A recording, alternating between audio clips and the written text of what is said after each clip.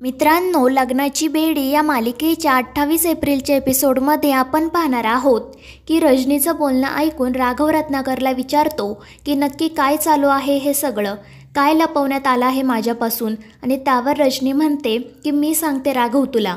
आणि ती सांगते की दादा वहिनीचं लग्न झालं तेव्हा वहिनी कॉलेजच्या फर्स्ट इयरला होती. लग्नानंतर तिला फक्त तिची डिग्री कंप्लीट करण्याची इच्छा होती.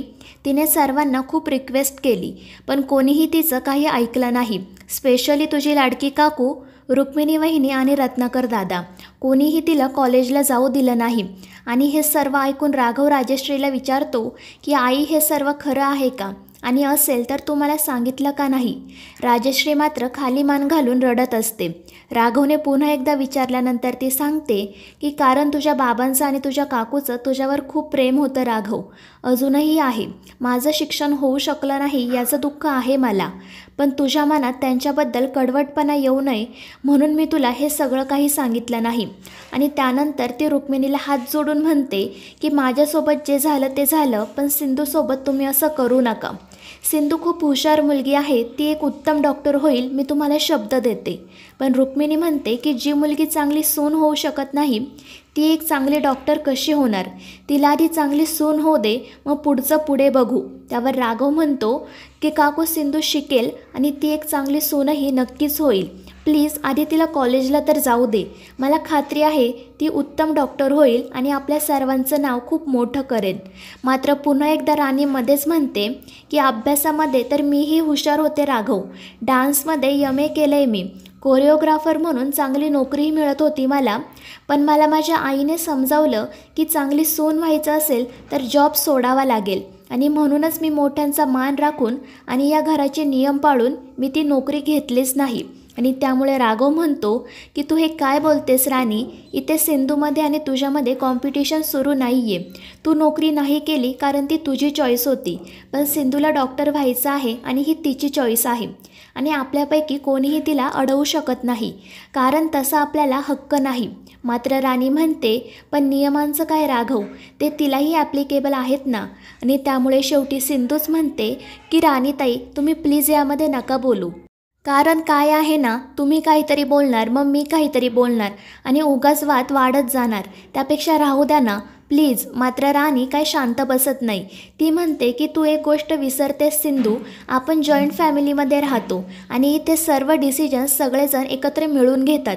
मी लग्न करून या घरात आले तेव्हा मलाही जॉब करायची इच्छा होती, पण त्यापेक्षा जास्त मला या घराची आणि घरातील माणसांची काळजी होती. पण तू मात्र स्वतःचाच विचार करत आहे, सो सेल्फिश. आणि त्यामुळे रुक्मिणी लगेच म्हणते बघ राजश्री, याला म्हणतात आदर्श सून. पण रजनी आत्या राणीला म्हणते की सिंधूच्या नवऱ्याला तिने पुढं शिकावं असं वाटत असेल, त्याला त्यामध्ये काही प्रॉब्लेम नसेल तर यामध्ये बोलणारी तू कोण? तुला काय एवढा त्रास होतोय?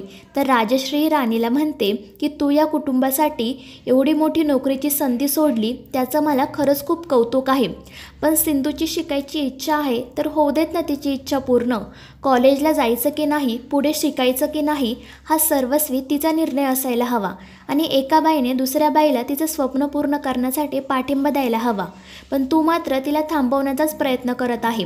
आणि त्यामुळे रुक्मिणी म्हणते की राजश्री, तू एक काम कर, तू सुद्धा हिच्यासोबत कॉलेजमध्ये ॲडमिशन घे, मग दोघी मिळून डिग्र्या मिळवा. पण जे काही करायचं ते घराबाहेर पाऊल टाकून करायचं. आणि एकदा का तुम्ही घराबाहेर पडलात की आम्ही तुम्हाला काहीही विचारणार नाही. पण एवढं मात्र लक्षात ठेवा की पुन्हा घरी परत येता येणार नाही.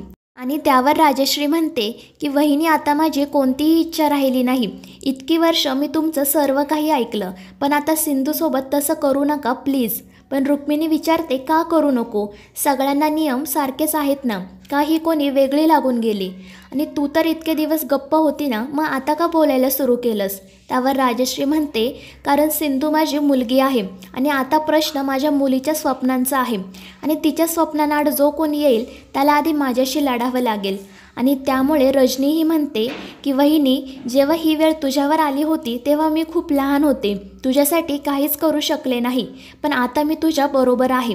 पण तितक्यात रत्नाकर म्हणतो की बास करा हे सगळं. आणि राजश्री, तुला काय शिंग फुटलीत का गं? वहिनीशी बोलण्याची ही कोणती पद्धत आहे? पण राजश्री म्हणते की आता काहीही झालं तरी मी गप्प बसणार नाही. जे बरोबर आहे त्याच बाजूने मी उभी राहणार. तर रत्नाकर म्हणतो, ही मुलगी उद्या उठून कॉलेजला जाईल आणि तुला मात्र तिची सेवा करायला लागेल. पुढचं सगळं आयुष्य एखाद्या मोलकरणीसारखं जगायचं आहे का तुला? मात्र त्यामुळे राघव मोठ्या आवाजात म्हणतो, बाबा बस करा आता, तुम्ही सतत आईला घालून पाडून बोलत असता. मला तर असं वाटतंय तुम्हाला तिचा अपमान करायची सवयच लागत चालली आहे. तर सिंधूही म्हणते, हो बाबा, मोलकरीण वगैरे जरा जास्तच होते. त्यामुळे रत्नाकर म्हणतो की आता तू मला शिकवणार का माझ्या बायकोसोबत मी कसं बोलायचं ते? त्यावर सिंधू म्हणते, अनफॉर्च्युनेटली सांगावं लागतंय तुम्हाला. मात्र रत्नाकर तिला गप्प राहायला सांगतो, पण सिंधू म्हणते की गप्प बसून ऐकून घेणाऱ्यातली मी नाही. आणि त्यामुळे रुक्मिणी म्हणते की मी तुला शेवटचं सांगते, आता गप्प बस, नाहीतर हात धरून तुला घराबाहेर काढेल. मात्र सिंधू तिला स्पष्टपणे सांगते की मला घराबाहेर काढलं तरीही मी मेडिकल कॉलेजला ॲडमिशन घेणारच. मी माझं आणि माझ्या आप्पांचं स्वप्न पूर्ण करणारच आणि त्यासाठी मला हे घर सोडून हॉस्टेलमध्ये राहावं लागलं तरीही चालेल. आणि हे ऐकून सर्वांनाच धक्का बसतो. तर रत्नाकर म्हणतो, बघ राघव, तुझी बायको कसं तोंड चालवते ते, तुला याबद्दल काहीच बोलायचं नाही का? आणि त्यावर राघव म्हणतो की सिंधू काही चुकीचं बोलत नाही बाबा, मला तिचं म्हणणं पटतंय. आणि त्यामुळे रुक्मिणी, रत्नाकर आणि राणी त्याच्याकडे पाहतच राहतात. रुक्मिणी विचारते, तू या मुलीशी लग्न का केलं राघव? रत्नपारखींचं नाव खराब करायला की तुला हिची दया आली म्हणून? त्यावर सिंधू म्हणते, राघव सर, आज सर्वांना सांगूनच टाका, तुम्ही माझ्यासोबत लग्न का केलं ते, दया दाखवून की कर्तव्य म्हणून? आणि त्यावर राघव सर्वांना सांगतो की हे खरं आहे, मला सिंधूसोबत लग्न करायचं नव्हतं, पण मी सिंधूशी लग्न केलं कारण ते माझं कर्तव्य होतं, दया म्हणून नाही. तर सिंधूही म्हणते, आणि पुन्हा जर कोणी म्हटलं की तुम्ही माझ्यावर दया दाखवून लग्न केलं तर ते मी खपवून घेणार नाही. आणि त्यामुळे रुक्मिणी म्हणते की वा, आवडलं मला, तुला कोणाची दया नकोय ना? मग आता सहानुभूतीपोटी तुझ्यासाठी नियम का बदलायचे आम्ही? त्यामुळे ही मुलगी आता कॉलेजला जाण्याचा प्रश्नच उद्भवत नाही. आणि ती सिंधूच्या हातातील डॉक्युमेंट्सची फाईल घेत ती फेकून देते. सर्व डॉक्युमेंट्स घरभर पसरतात. राघव आणि सिंधू पटकन ते गोळा करतात. राखीताईसुद्धा त्यांना मदत करायला येते आणि म्हणते की या पेपरमध्ये तर विद्या असते ना, मग कोणत्या वेड्या माणसाने हे पेपर असे खाली फेकले? आणि त्यावर कोणीच काय उत्तर देत नाही. तर मित्रांनो, या मालिकेच्या पुढील भागांमध्ये आपण पाहणार आहोत, सर्वजण सिंधूला कॉलेजमध्ये ॲडमिशन घेण्याची परमिशन देतात. त्यानंतर सिंधू सर्वांचा आशीर्वाद घेऊन राघवसोबत ॲडमिशन घेण्यासाठी जाते. तर मित्रांनो, या मालिकेचे पुढील भाग अतिशय रंजक होणार आहेत. या मालिकेच्या पुढील भागांच्या अपडेट्ससाठी आपल्या चॅनलला सबस्क्राईब करा.